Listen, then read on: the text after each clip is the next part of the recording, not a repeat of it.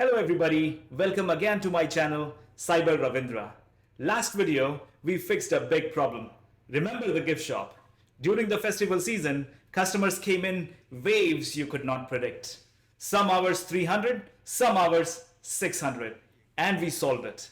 We let Kubernetes call in more staff, more pods the moment traffic went up, and send them back home the moment things calmed down. That was HPA. More pods when busy, fewer pods when quiet. Problem solved. But right at the end of that video, I told you about a case where HPA cannot help you. Let me bring it back, because it's the whole reason we are here today. Think about a printer. You have 50 pages to print, you just add more printers. 5 printers, 10 pages each, done. Fast. That is HPA. More workers, same job, split between them. But now, imagine you have one file to print. One file, but it is huge. Adding more printers does not help you here. You cannot cut one file in half and print each half on a different machine. It is one job, start to finish. What you actually need is not more printers, you need a bigger and a faster printer. This is exactly the wall HPA hits with certain workloads. A pod doing one big task, a bad job, crunching a huge file, a database doing heavy queries, a service that just needs more muscle, not more copies of itself. Adding more pods does nothing here. What actually helps is making that one pod bigger, more CPU and more memory. And there is a second problem, maybe a more common one. Remember how HPA depended completely on CPU and memory requests you set in your pod? We spent a good chunk of the last video on this. Request is the number HPA divides by to work out a percentage. But what if the request number itself is just wrong? What if you guess 100 millicores, but your app actually needs 800? Every single scaling decision HPA makes from that point on is built on a broken number. Both of these problems have the same root cause. Kubernetes does not automatically know the right size of your pod. You have to tell it. And humans guess wrong a lot. So today, we are solving that. Not how many pods do I need, but how big should each pod actually be? Welcome to video number 34, Kubernetes VPA, part 1. Why bigger pods beat more pods. Before we go into VPA, let's talk about why this problem exists in the first place. Because right now, almost every engineer sets CPU and memory requests the exact same way. They guess. And here is what that guessing looks like in real life. Imagine you are writing a deployment file and you get to the resources section. Now, you do not have a hard idea on how much the CPU your app actually needs. So you just pick a number, a random one, that feels safe. Maybe you round up a little, just to be careful. You ship it, it works, and you move on. Except, here's the problem. That number was a guess on day one. Your app has changed since then. Traffic pattern have changed. The code has changed. But that resource request, it is probably still the same number you guessed months ago. Guessing pod size wrong causes two different, very expensive problems. Number one, you guess too low. Your pod is then undersized for what it actually needs. It keeps hitting its limit, getting throttled, running slow, sometimes even getting killed and restarted if memory runs out. Your users feel this random slowness or crashes that seems to come from nowhere. And here's the cruel part. HPA cannot save you here because HPA thinks in percentages of the request, not the actual real need. If your request itself is wrong, HPA's whole calculation is standing on sand. Number two, you guess too high. Now your pod is asking way more CPU and memory than it will ever use. Kubernetes reserves that resource for it anyway, because that is what a request means, a guaranteed reservation. So now you are paying for CPU and memory that is sitting there unused on every single pod, every single hour, forever. Multiply that across hundreds of pods in a real company and you are looking at real ongoing wasted money. So the trap is just this. Guess too low and you get outages. Guess too high and you burn money. And almost nobody gets this exactly right on their first try, because nobody has perfect information about their app's real behavior before it is actually running in a production. The fix is the same idea we used for HPA. Stop guessing, stop doing it by hand, and let Kubernetes watch the real actual usage over time and size the pod correctly on its own. That is VPA, guys. Vertical Pod Autoscaler. VPA watches how much CPU and memory your pod actually uses over time and adjusts the pod requests and limits to match reality. Remember, vertical means bigger or smaller, not more or fewer. HPA changes pod count, VPA changes the pod size. Different access, same overall goal. Give the app exactly what it needs, nothing more and nothing less. And just like HPA, this is also not some invented out of nowhere logic. This is, once again, engineers coding up how a smart person would think. Picture our gift shop again. Say you have one employee at the billing counter. During the festival rush, you do not necessarily need 5 more people crammed up behind that one counter. There is only so much physical space, only one fits. What you actually need is a faster billing machine, or second, a better trained cashier working the same counter more efficiently. You are not adding more counters, you are upgrading the one you have. VPA is exactly built on the same thinking. It watches your pods over time, notices the real pattern of what it needs, and makes the pod itself more capable, instead of just adding more copies of it. And here is how VPA actually thinks. It watches your pod continuously, not just over 15 seconds like HPA's quick check, but over a longer window, often days, to understand the real pattern. Not one spike, not one dip, the real trend. And based on that history, it works out a recommendation. Here is roughly the CPU and memory this pod actually needs based on what it has really been using. Now here is where VPA gets interesting. It does not give you one number, but it gives you 3. A lower bound, the smallest number this pod can safely run with. A target, a sweet spot recommendation, what VPA thinks is the best setting right now. And an upper bound, the most this pod might reasonably need based on the highest real usage seen. Why 3 numbers instead of just 1? Because real usage is never perfectly flat. It goes up a little and down a little all the time. VPA is not chasing one exact number. It is giving you a safe range. The same way we built an ignore zone into HPA so that it does not overreact to tiny wobbles. VPA has this recommendation. It can do one of the 2 things with it, depending on how you set it up. It can just tell you the number, write the recommendation somewhere so you can see it and let you decide whether you want to act on it. Or it can act on it directly.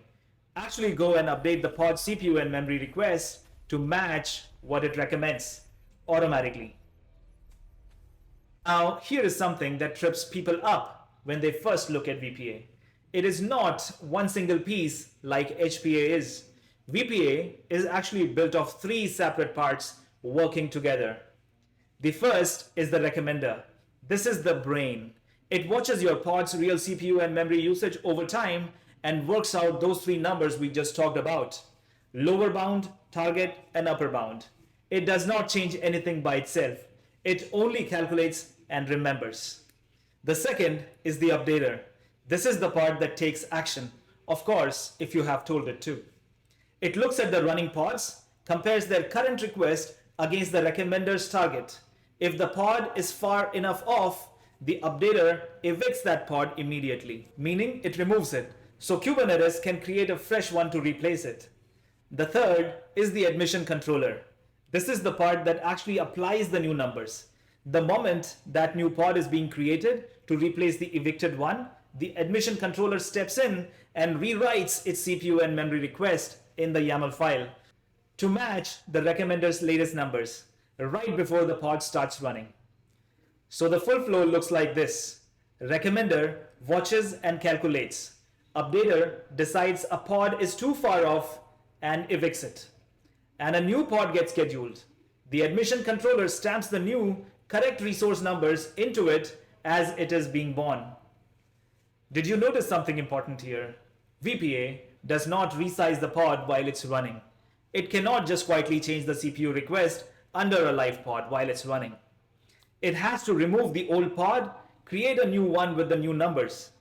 This is different from HPA, and it matters a lot. Because evicting and recreating a pod is a big action, VPA gives you a dial to control exactly how much it is allowed to do on its own. This is called update mode, and there are 4 settings. First, off. VPA only calculates. It does nothing else. The recommender keeps producing recommendations, but nothing ever gets applied automatically. You just look at the numbers yourself whenever you want and decide if you want to update your deployment by hand. This is the safest mode, and honestly, the best place for any beginner to start. Number 2, initial mode. VPA only sets the resource number when a pod is first created. Once the pod is running, VPA leaves it alone completely, even if the usage changes later.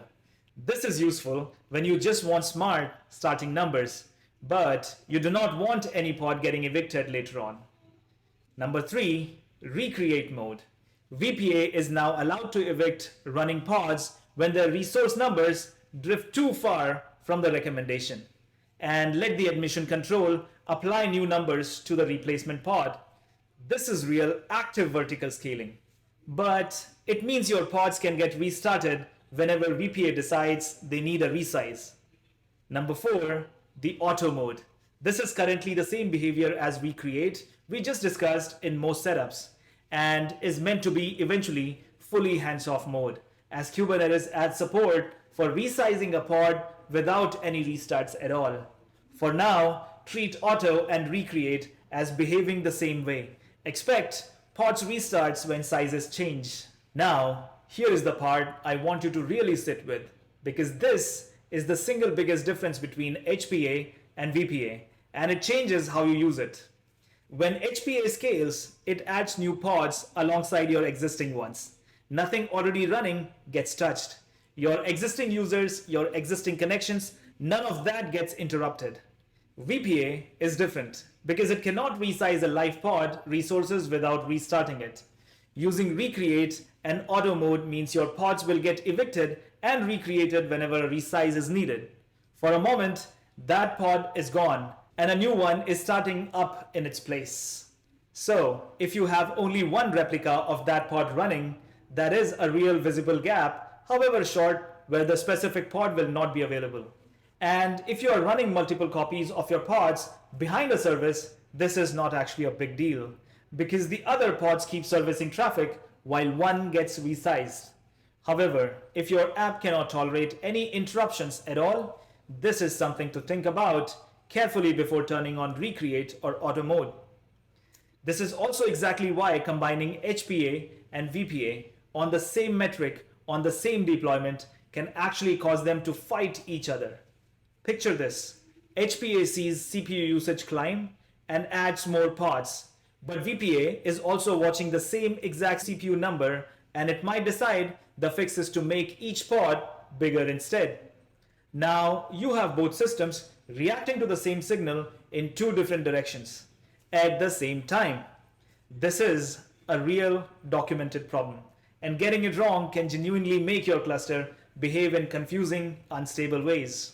And that is not something to be scared of. It is something to be aware of, and something we are going to handle properly and directly later in this series, once you have seen both HPA and VPA actually working with your own eyes. Now, before we end this video, let's go over everything that matters before we jump into the lab in the next video. VPA changes the size of the pod, CPU, and memory instead of the number of pods. VPA watches real usage over time and gives 3 numbers: a lower bound, a target, and an upper bound. VPA has 3 parts working together. The recommender calculates, the updater evicts the old pods, and admission controller sets new resource numbers on the new pods. VPA cannot resize a running pod in place. It has to evict and recreate to apply the new numbers. Update mode off Only calculates, changes nothing, safest place to start with. Update mode initial sets number only when a pod is first created and doesn't watch the pod thereafter. Update mode recreate actively evicts and resizes running pods. Update mode auto currently behaves like recreate. Resizing means a short gap while the old pod is replaced. Plan for this if you run few replicas.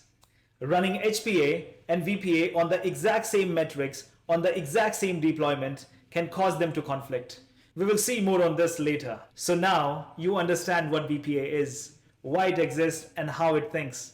But understanding the theory is not the same as watching it work.